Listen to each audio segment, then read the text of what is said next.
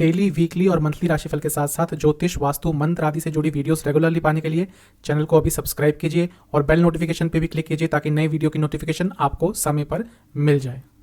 ओम गणेशाय नमः। ओम नमः शिवाय। मेरे चैनल पर आप सभी का पुनः स्वागत है। अपनी ज्योतिष की चर्चा को आगे बढ़ाएंगे। हमने डिस्कस किया कि ज्योतिष क्या होता है, 12 भाव क्या होते हैं, उनके बारे में संक्षिप्त में चर्चा करी हमने। आगे बढ़ने से पहले आप लोगों के लिए यह समझना अनिवार्य है, बहुत इंपॉर्टेंट है कि ज़ोडिएक क्या होता है, राशि चक्र क्या होता है। वैसे तो इसमें बहुत टेक्निकलिटी होती है, बहुत एस्ट्रोनॉमी होती है, एस्ट्रोनॉमिकल टर्म्स यूज़ होते हैं जैसे कि वर्नल इक्विनॉक्स, इंक्लिनेशन, डेक्लिनेशन, लेकिन वहाँ पे हम सब नहीं जाएंगे। एक बहुत ही सिंपल भाषा में आपको मैं समझाने की कोशिश करूँगा कि ज़ोडिएक क्या होता है। ज़ोडिएक समझने के लिए आपको दो चीज़ें समझना बहुत इम्पॉर्टेंट है। पहला, जियोसेंट्रिक अप्रोच या जियोसेंट्रिक थ्योरी, और दूसरा द एक्लिप्टिक। जियोसेंट्रिक थ्योरी को अगर हम हिंदी में बोलें तो मतलब कि प्रत्यक्ष शास्त्र। प्रत्यक्ष शास्त्र का मतलब होता है कि हम पॉइंट ऑफ ऑब्जर्वेशन से जैसा देख रहे हैं वैसे ही विवेचना करेंगे। जियोसेंट्रिक अप्रोच जब हम लेके चलते हैं तो हम अर्थ को सेंटर मानते हैं और वहां से कैसा हमें दिख रहा है, कैसा ऑब्जर्व हम कर रहे हैं, वो वैसी अप्रोच हम लेके चलते हैं। आपको यह फोटो दिख रही होगी स्क्रीन पर, इससे आपको क्लियर हो जाएगा कि जियोसेंट्रिक अप्रोच क्या होती है। जियोसेंट्रिक अप्रोच में पृथ्वी को सेंटर मानते हैं और वहां से हम देखते हैं कि सारे ग्रह सब कुछ कैसे चाल चल रहे हैं, क्योंकि ज्योतिष एक प्रत्यक्ष शास्त्र है।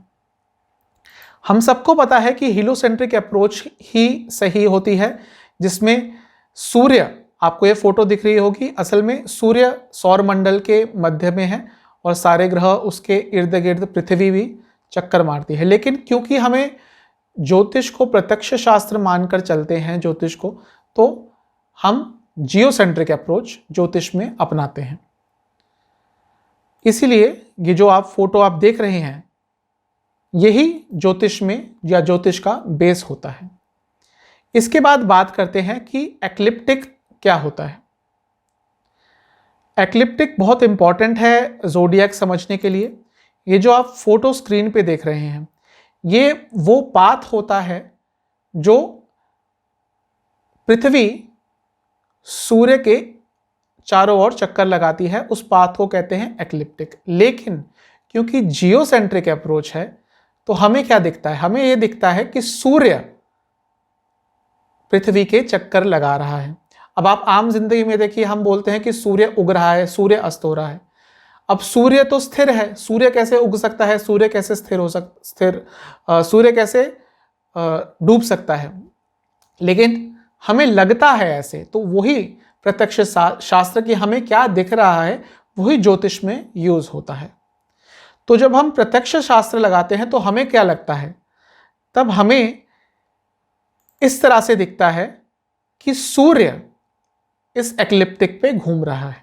अब ये एक्लिप्टिक क्यों इंपॉर्टेंट है, क्योंकि जब हम जियोसेंट्रिक अप्रोच लगाते हैं तो हमें इस तरह से दिखता है कि सारे प्लैनेट्स सूर्य का पाथ फॉलो करते हुए इसी एक्लिप्टिक पर घूम रहे हैं, थोड़ा ऊपर नीचे, लेकिन इसी एक्लिप्टिक के इर्द गिर्द पैरेलली थोड़ा ऊपर नीचे घूम रहे हैं। असल में हमें पता है कि हर प्लैनेट अपने ऑर्बिट में घूम रहा है। आप ये फोटो देखेंगे, असल में यही है, हम सबको पता है। लेकिन फिर से अगर आपको ज्योतिष समझना है, ज़ोडिएक समझना है, तो जियोसेंट्रिक अप्रोच प्रत्यक्ष शास्त्र लेके चलेंगे।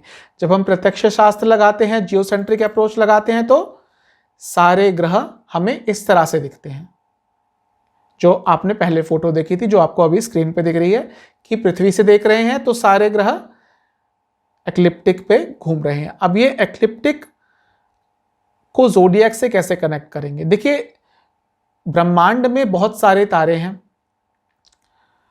बहुत सारे नक्षत्र हैं। ऋग्वेद में आया है कि सहस्त्र शीर्षा पुरुषः सहस्त्राक्ष सहस्त्रपातः, मतलब कि ब्रह्मांड इतना बड़ा है कि इसके हजारों हाथ हैं, हजारों पांव हैं, कितना बड़ा है किसी को नहीं पता। तो अब सबको तो सारे तारे तो नहीं ले सकते, हमें एक डेफिनेट एरिया चाहिए। तो इसीलिए इस एक्लिप्टिक को बहुत इंडेफिनिटली बढ़ा दिया गया, जहाँ तक तारे हमें दिखते हैं, जहाँ तक कॉन्स्टलेशन दिखते हैं, और एक सर्टेन एरिया लिया गया है वैदिक ज्योतिष में जो इस एक्लिप्टिक के 8 डिग्री ऊपर का एरिया, 8 डिग्री नीचे का एरिया, टोटल 16 डिग्री का, 16 डिग्री का ये बैंड है जिसको बैंड ऑफ ज़ोडिएक या राशि का चक्र कहते हैं। आप इस फोटो को देखेंगे तो आपको ज़्यादा समझ आएगा।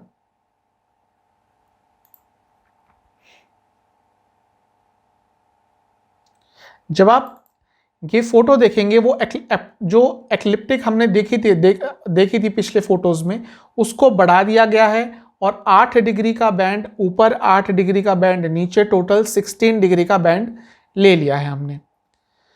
अब ये इंपॉर्टेंट क्यों है? क्योंकि सारे वैदिक ज्योतिष में जो नक्षत्र होते हैं वो इसी एक्लिप्टिक या इसी बैंड ऑफ ज़ोडिएक में आते हैं। आप ये फोटो देखेंगे तो आपको बहुत क्लियर हो जाएगा। ये देखिए नक्षत्र दिख रहे हैं हमें इसी बैंड पे। नक्षत्रों के साथ प्रॉब्लम ये आती है कि आप मैथमेटिकली तो 360 डिग्री का जो ज़ोडिएक होता है उसको 27 से डिवाइड करेंगे तो हमारे पास आता है 13 डिग्री 20 मिनट। लेकिन नक्षत्र बराबर नहीं होते। अश्वनी से लेकर रेवती तक 27 नक्षत्र हैं, बराबर नहीं है, किसी में कितने तारे हैं, किसी में कितने तारे हैं। तो इनको एक इक्वली पूरे ज़ोडिएक को डिवाइड करने के लिए फर्दर क्या किया गया कि 360 डिग्री को 12 राशियों में डिवाइड कर दिया गया। जब 360 को 12 से डिवाइड करेंगे तो हमारे पास आएगा एक राशि 30 डिग्री की। तो उस 30 डिग्री एरिया में जितने भी नक्षत्र पड़ रहे थे उनका कैरेक्टरिस्टिक के बेसिस पर, एक मेन स्टार के बेसिस पर नाम दे दिया गया, जैसे मेष, वृषभ, एरीज, टॉरस से लेकर पाइसेस तक। तो ये जो आप चार्ट देखेंगे अब, इससे आपको क्लियर हो जाएगा। तो वो नक्षत्रों को हमने इक्वली अपने कन्वीनियंस के लिए और विवेचना अच्छी तरह से हो सके तो हमने 12 राशियों में बांट दिया और इसी को कहते हैं the zodiac, band of zodiac. तो मैं आशा करता हूं इससे आपको समझ आ जाएगा कि ज़ोडिएक एक्चुअली है क्या। थोड़ा और इसको फर्दर हम समझेंगे कि जब हम कहते हैं कि जैसे सूर्य, सपोज सूर्य इस राशि में है, तो उसका मतलब क्या ये होता है कि सूर्य उस राशि के पास चला गया? नहीं। आप ये फोटो देखेंगे तो आपको बहुत क्लियर हो जाएगा। बेसिस वही है, प्रत्यक्ष शास्त्र जियोसेंट्रिक अप्रोच लगा के चलेंगे। ये देखिए आप ये फोटो देख रहे हैं तो आपको समझ आ जाएगा।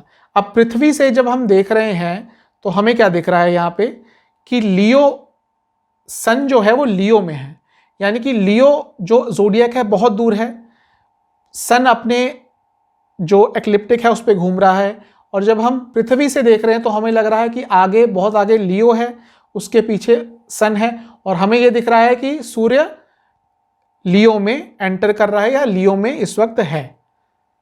तो यही होता है जियोसेंट्रिक अप्रोच। अब कभी कभी हम कहते हैं कि एक राशि में 2 ग्रह आ गए, जैसे बृहस्पति और शनि एक राशि में आ गए।